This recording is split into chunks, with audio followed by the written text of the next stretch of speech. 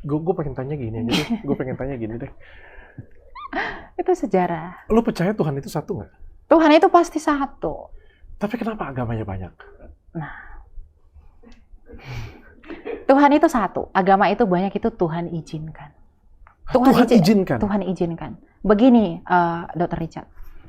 Agama itu banyak, tapi yang Tuhan jadikan sebagai awal keselamatan dan munculnya keselamatan itu adalah Israel.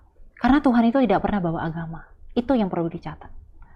Tuhan tidak pernah bawa agama. Tuhan tidak pernah bawa agama? Oh, tidak pernah. Ketika Musa itu naskahnya itu yang tertua toh, Pentateuch itu. Itu yang memperkenalkan diri Tuhan, itu siapa? Ketika Allah itu memperkenalkan diri kepada Musa, Ehye Asyir Ehye, aku adalah aku. Dia tidak katakan akulah dan inilah agama yang kuridhoi.